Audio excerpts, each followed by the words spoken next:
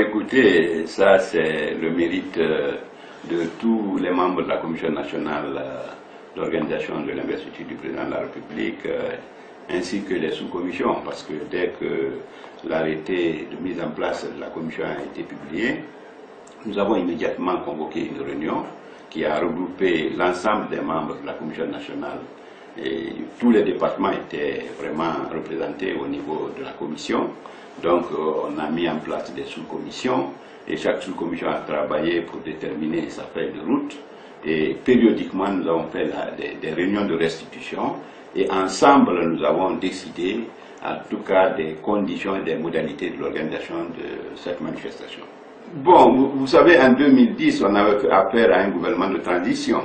Donc l'organisation de l'investiture a été faite avec le gouvernement de transition.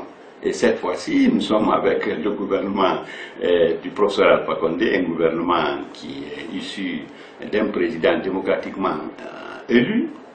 Donc il y a eu un changement dans le pays par rapport à 2010.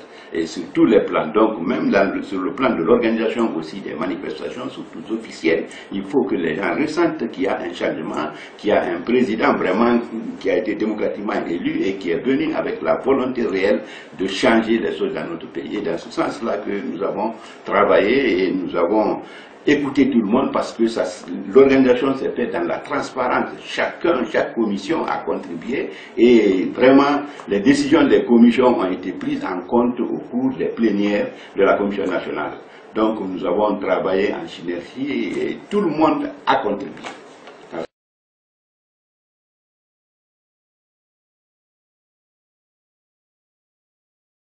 Bien sûr, la Guinée maintenant n'est plus la Guinée de 2010. Et aujourd'hui, la Guinée a renoué avec la communauté internationale. Et la Guinée a une nouvelle image, une image d'un pays démocratique, d'un pays de droits de l'homme. Donc c'est ce qui fait qu'aujourd'hui, aujourd'hui sur le plan international, la crédibilité du pays grâce au leadership du professeur Alpha Condé s'est beaucoup renforcée. Et c'est pour cette raison que vous avez vu plusieurs chefs d'État. En 2010, il y avait, je crois, 8 chefs d'État. Aujourd'hui, nous avons eu 15 chefs d'État et presque plus de 100 délégations qui sont venues assister à cette investiture. Ce qui démontre vraiment que le pays aujourd'hui a renoué avec la communauté internationale et que nous sommes devenus un pays crédible, un pays qui vraiment respecte tous les principes démocratiques conformément aux normes internationales.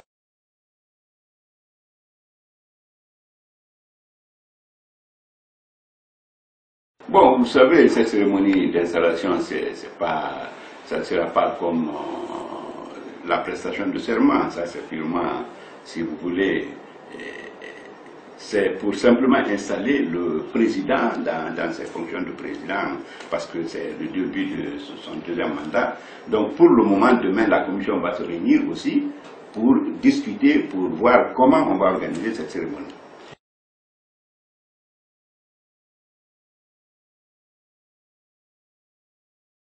Et demain, on va tirer les leçons de tous les manquements, de tout ce qui a été comme désagrément. Nous allons tirer les leçons. Et à partir de là, les nouvelles dispositions seront prises pour que tout le monde soit à l'aise, que les journalistes puissent jouer réellement leur rôle et pendant toute la cérémonie qui va se dérouler le 21 décembre.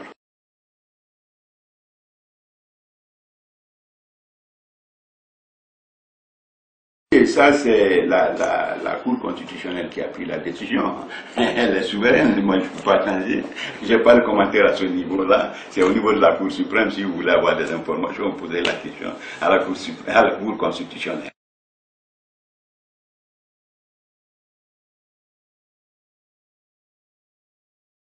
Bon, écoutez, je pense que vous avez écouté le président de la République qui a déjà parlé à plusieurs occasions des dispositions qui seront prises pour la mise en place, en tout cas de toutes les conditions pour une meilleure gestion, pour vraiment lutter contre l'impunité dans le pays et pour changer la façon de gérer et ou améliorer. On a fait, il y a beaucoup de chantiers qui ont été ouverts, donc continuer vraiment son programme dans ce sens-là pour que la Guinée vraiment devienne un pays émergent et que le niveau de vie des populations guinéennes vraiment soit élevé, que chacun se sente à l'aise dans notre pays et que les jeunes cessent vraiment de se mettre dans des pirogues ou bien des bateaux pour aller se faire vraiment tuer en pleine mer. Donc aujourd'hui, le président est en train de voir comment il faut créer toutes les conditions pour que le Guinéen se sente vraiment à l'aise dans son pays.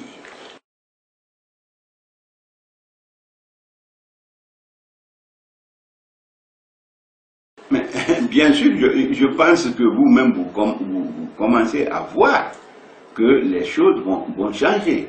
Parce que nous avons affaire à un président qui a déjà tiré les leçons de son premier mandat. Il a dit maintenant, aujourd'hui, il connaît comment fonctionne l'administration guinéenne, comment sont les cadres guinéens. Donc à partir de là, je pense qu'il prendra toutes les dispositions pour mettre en place une équipe qui va vraiment suivre son programme, qui va développer ce pays le plus rapidement que possible.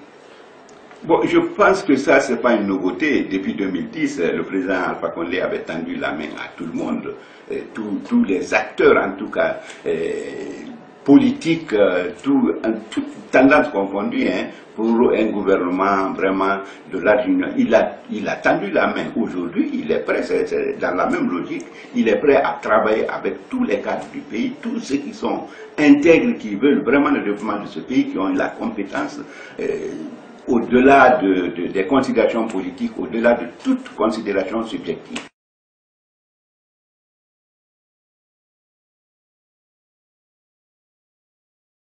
Je pense que le RPG Arc-en-Ciel s'est battu pendant des années à accepter tous les sacrifices pour l'intérêt de ce pays, pour le développement de ce pays, pour le changement. Je pense qu'aucun militant conscient, aucun responsable conscient du RPG ne peut s'opposer aujourd'hui à cette ligne qui est tracée par le président de la République. Nous nous sommes battus pas pour des postes, nous sommes battus pour l'intérêt de ce pays, pour le changement. Et si le changement va dans l'intérêt de ce pays, dans l'amélioration des conditions de vie du pays, nous soutenons tous vraiment le processus dans ce sens-là.